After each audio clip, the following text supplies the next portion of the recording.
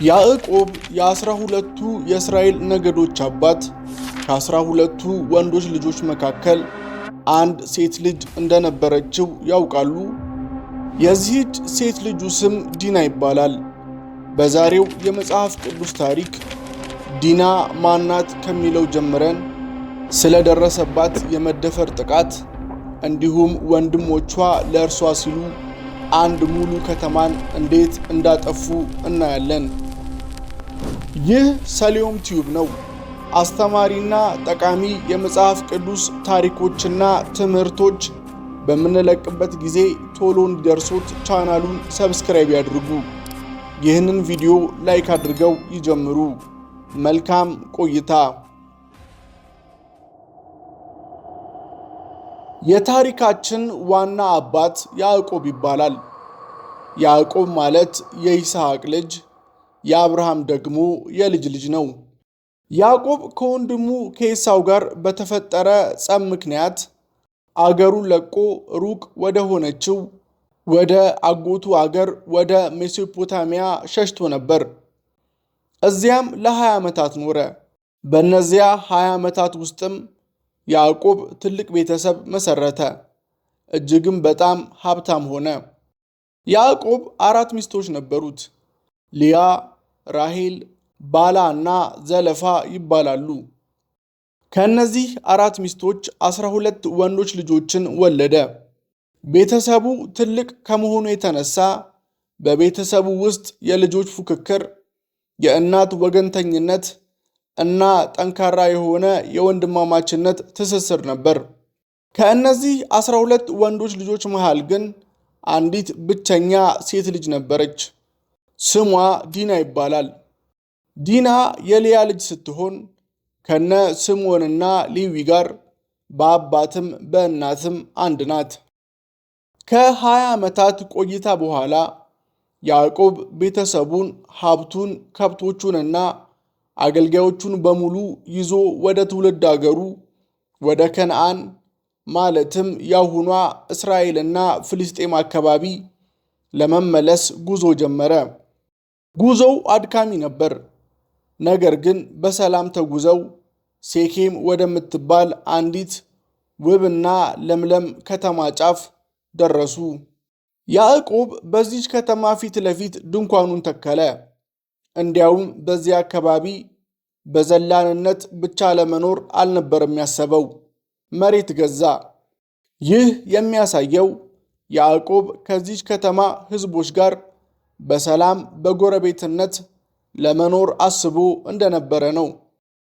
ቤተሰቡ የራሱ የሆነ ጥብቅ አምልኮና ባህል ቢኖረውም ከአዲሶቹ ጎረቤቶቹ ጋር ተስማምቶ ለመኖር ያዕቆብ ተዘጋጅቶ ነበር። ነገር ግን ይህ የሰላም ሐሳብ እና መልካም የአካባቢ ሁኔታ ብዙም አልዘለቀም። ያዕቆብ የሰፈረባት ይህች ከተማ ሴኬም የምትባል ሲሆን ነዋሪዎቿ ኤዊያውያን ይባሉ ነበር። የከተማዋ መሪ ወይም ንጉሥ ኤሞር ይባላል። ኤሞር በጣም የተከበረ ሀብታምና ተሰሚነት ያለው ሰው ነበር። ኤሞር ሴኬም የሚባል ወጣት ልጅ ነበረው። አስገራሚው ነገር የልጁ ስም እና የከተማዋ ስም አንድ አይነት መሆኑ ነው። ይህ የሚያሳየው ልጁ ምን ያህል የተንደላቀቀ እና በከተማዋ ላይ ትልቅ ስልጣን እንደነበረው ነው። የሴኬም ባህሪ የፈለገውን ነገር ሁሉ ጠይቆ ወይም በጉልበት አግኝቶ ያደገ የንጉሥ ልጅ አይነት ነበር። የያዕቆብ ቤተሰብ ባህልና የሴኬም ነዋሪዎች ባህል ፈጽሞ የተለያየ ነበር። የያዕቆብ ቤተሰብ በአንድ አምላክ የሚያምን፣ የጋብቻ ሥርዓታቸው እና ስነ ምግባራቸው እጅግ በጣም ጥብቅ የሆነ ቤተሰብ ነበር። የሴኬም ከተማ ነዋሪዎች ግን ጣዖት አምላኪዎች የነበሩ፣ በተለያዩ አማልክት የሚያምኑ እና የራሳቸው የሆነ የተለየ ማህበራዊ ሥርዓት የነበራቸው ናቸው። ታዲያ ከዕለታት አንድ ቀን ወጣቷ የያዕቆብ ልጅ ዲና ከቤቷ ወጣች። ዲና በዚህ ጊዜ በአስራዎቹ ዕድሜ መጀመሪያ ላይ ያለች ልትሆን ትችላለች ብለው ምሁራን ይገምታሉ። በ12 ወንዶች ልጆች መካከል ያደገችው ዲና የአካባቢውን ሴቶች ለማየት ባህላቸውን፣ አለባበሳቸውን እና ጌጣጌጣቸውን ለመመልከት የማወቅ ጉጉት አደረባት። መጽሐፍ ቅዱስ የዚያን ሀገር ሴቶች ለማየት ወጣች ይላል። ይህች ንጹሕና ምንም ክፋት ያላሰበች ልጅ ከድንኳኗ ርቃ ወደ ከተማው ገባች።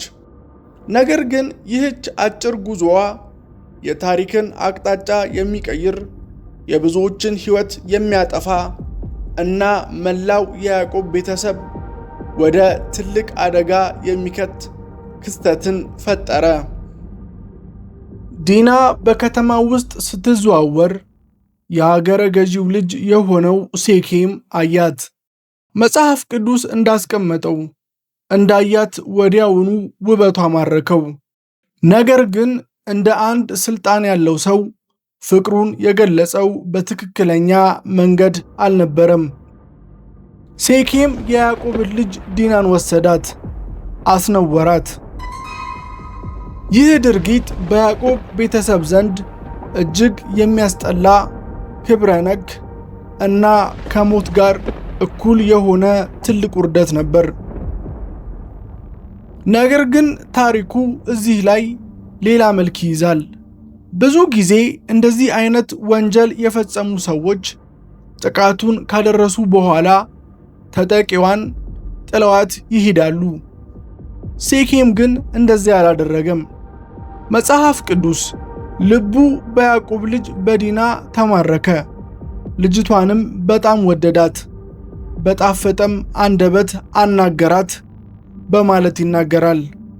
ማለትም ዲናን ከደፈራት በኋላ እጅግ አፈቀራት፣ ሚስቱ እንድትሆን አጥብቆ ፈለገ።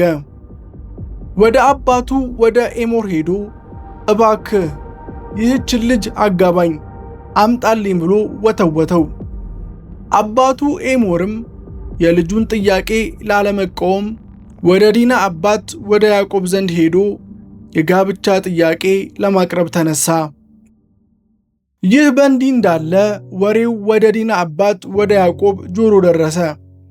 ሴት ልጁ እንደተደፈረች ሰማ። ያዕቆብ በቀጣይ ያደረገው ነገር ያስፈራል። ያዕቆብ የሚያስፈራ ዝምታ ዝም አለ። መጽሐፍ ቅዱስ ልጆቹ ከብት እየጠበቁ በሜዳ ነበሩና እስኪመጡ ድረስ ያዕቆብ ዝም አለ ይላል። ይህ የያዕቆብ ዝምታ ምናልባትም በባዕድ አገር ከመሆኑ የተነሳ ጥንቃቄ ለማድረግ አስቦ ሊሆን ይችላል። ወይም ደግሞ ጠንካራና ተዋጊ የሆኑት ልጆቹ እስኪመጡ እየጠበቀ ነበር። ነገር ግን ይህ ዝምታው ከጥቂት ሰዓታት በኋላ የሚመጣውን የቁጣ ማዕበል ሊያስቆመው አልቻለም። የዲና ወንድሞች የተፈጸመውን ድርጊት እንደሰሙ ወዲያውኑ ከመስክ መጡ።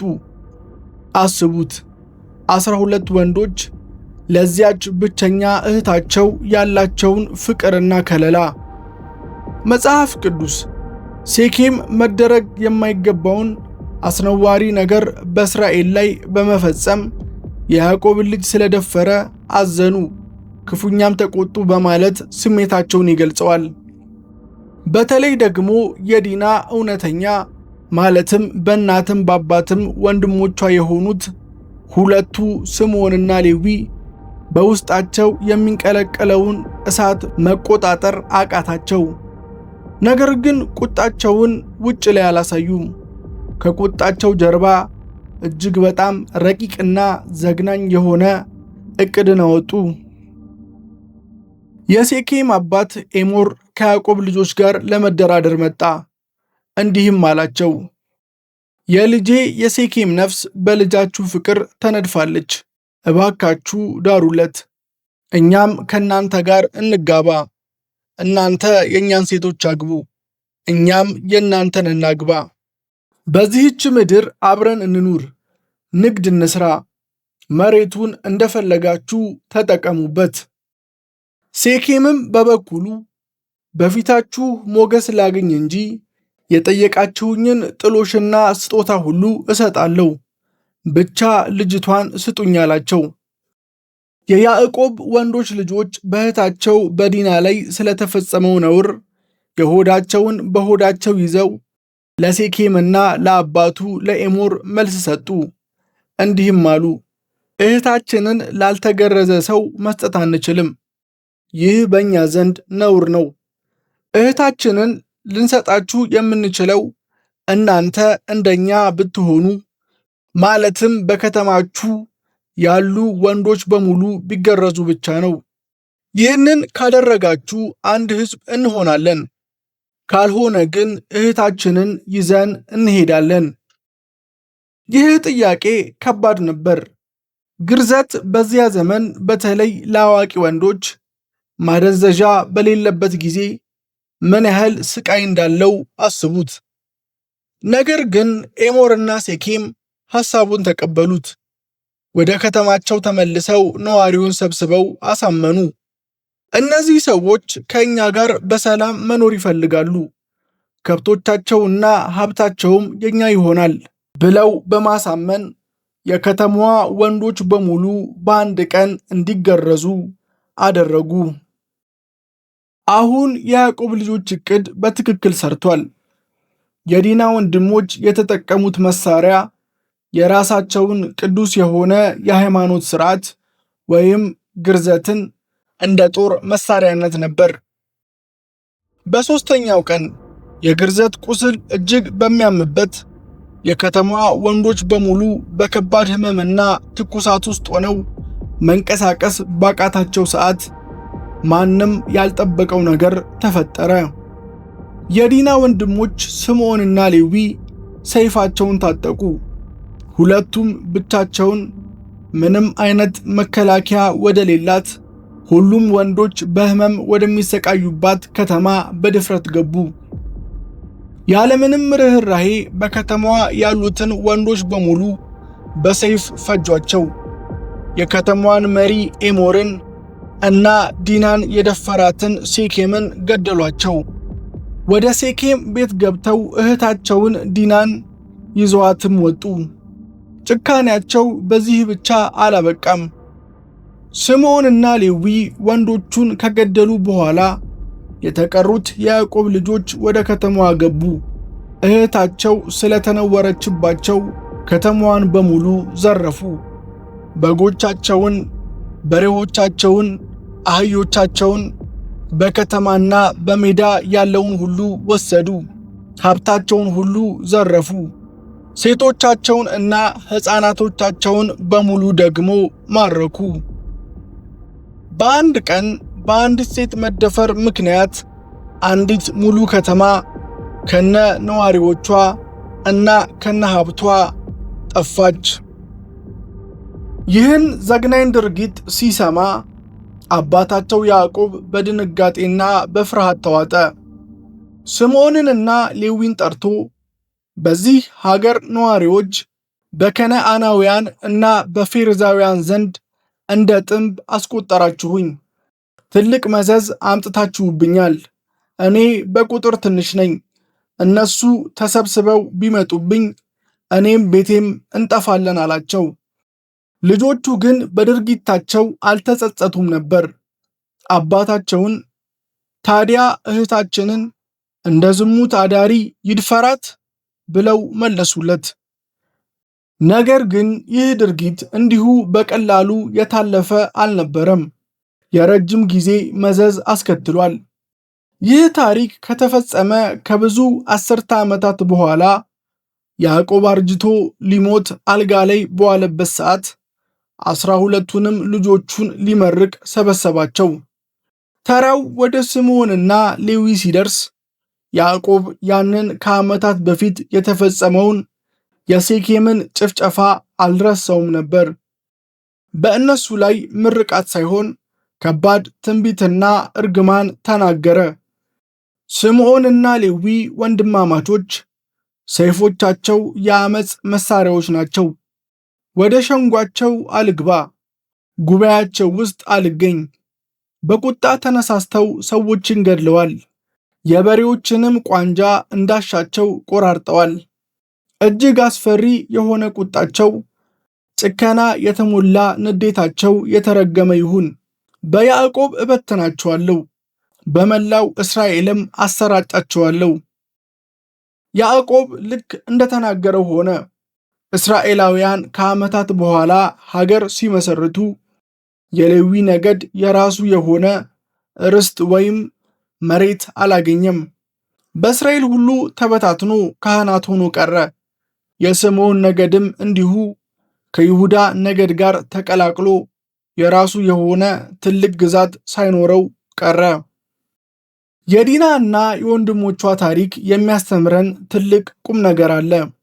በአንድ በኩል የሴኬም ድርጊት አስነዋሪና ክብረነክ ወንጀል መሆኑን፣ በሌላ በኩል ደግሞ ስሜታዊነትና ከልክ ያለፈ የበቀል እርምጃ ፍትህን ከማምጣት ይልቅ ንጹሐንን ወደ ማጥፋት እና ትውልድ ተሻጋሪ ወደሆነ መዘዝ እንደሚያመራ ያሳየናል።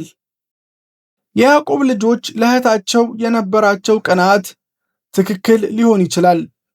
ነገር ግን የተጠቀሙበት መንገድ የሃይማኖት ሥርዓታቸውን፣ መገረዝን ለተንኮል ማዋላቸው እና ንጹሐንን መጨፍጨፋቸው ታሪክ የማይረሳው ጥቁር ነጥብ ጥሎባቸው አልፏል።